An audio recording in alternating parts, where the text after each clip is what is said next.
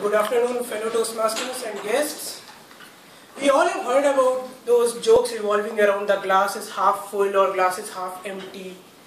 That if you have a glass half filled with water, then optimists will say glass is half full.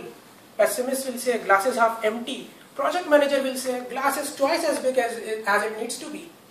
And then, while everyone is debating, there arrives a person who takes the glass, fills it completely, drinks it fully, and keeps the glass with him.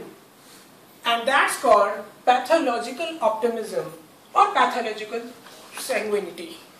And it just means that glass always has a potential. No matter it's empty, how much empty it is, it always has potential to be filled completely. I am Ruchir Hajela, and I am pathological optimist, an avid learner, a technology enthusiast, and an ardent foodie.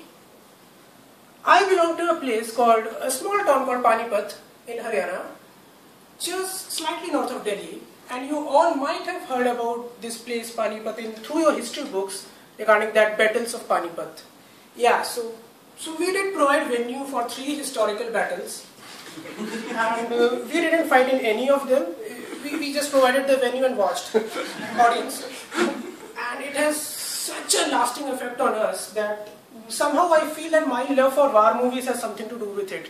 Something is in the air. And to me, no, don't get me wrong, I hate wars, but I love war movies. I love wars only in the movies. And at any point of my life, if you're going to ask me a question, which is your favorite movie, it's always going to be Saving Private Ryan. Till my last breath, I'm telling you, I love war movies so much. And well, I did my schooling from MSD Public School, and during my school days, I was always an outstanding student, meaning I was always standing out of the class, and just in case I am inside the class, I am always on the last bench, and always a backbencher, because my parents are doctors, and when your parents are doctors, you really don't have an option of faking an illness to avoid school. Mom, I have a stomach pain, and mom is ready with stethoscope. So the next best thing to do is to go to school and sit on the last bench. And I was really mischievous and a disobedient student, but don't blame me for that. Our school had really great incentives for it. So if you are a troublemaker, you are going to rock, because they used to give punishments like this. If you are making too much noise, go sit with that girl. And they thought it's a punishment. And when I was in my class 10th, I got my seat fixed with the most gorgeous girl of the school, not class.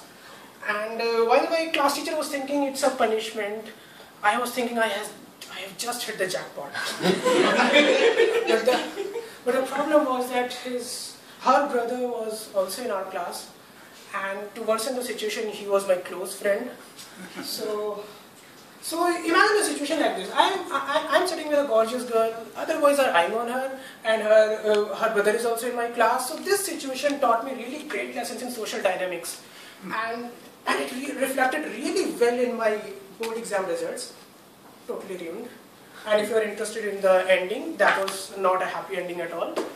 But after my schooling, I went to a 4-year vacation called engineering, in which I learned a lot of things like how to do a proxy in attendance, how to bunk a class, how to convince everyone to participate in a mass bunk, and especially those studious ones, because they are the bottlenecks for a bunking plan, and how to survive totally on a Maggi noodles. Maggi was my staple food for 4 years, and I can get high even by the smell of it. And the most important lesson I learned in my engineering was how to do whole semester's worth of work in the last night before exam. And that's where this pathological optimism came handy. We knew that after 2 hours there is an exam and we haven't studied anything, but we believed that we can crack the exam. We had that pathological sanguinity. We were pathologically sanguine to believe that we can crack the exam, and if we did crack the exam, indeed by the collective effort of everyone, so a great lesson on teamwork. After my engineering, I joined a startup, and that's where the real learning on engineering and the technology and the programming happened. We were dealing with the real huge telecom data in that. Data means that every call and text is a data, so it was enormous data, and we were writing computer programs using artificial intelligence techniques to churn the patterns out of it and detect some fraud, and it almost felt like I am a high-tech cop. And but it was a startup, so they always had a limited cash. So pressure there would be like, you get this thing done today, otherwise we will run out of cash next week. So it was like extreme pressure situations.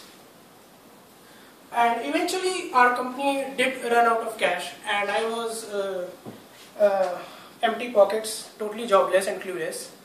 And then, but still with the spirit of pathological optimism, I am now convincingly saying that it was the best thing ever happened in my life, because the next thing which was waiting for me is so precious that I won't trade for anything. And that was BITS Pilani.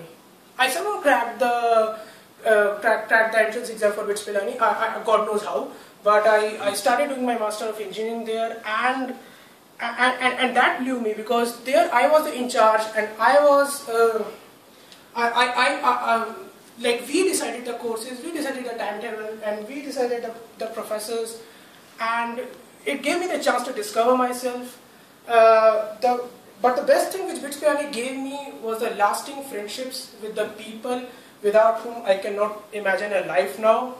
And after graduating, I joined HP as a technology consultant, and I quickly came to Oracle.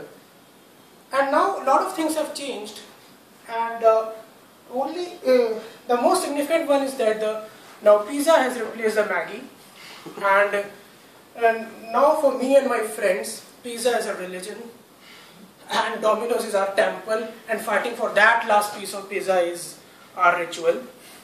So in the end, as a pathological optimist and a foodie, I believe that we can eat our cake and have it too, or we can eat our pizza and have it too. Thank you. Over to you.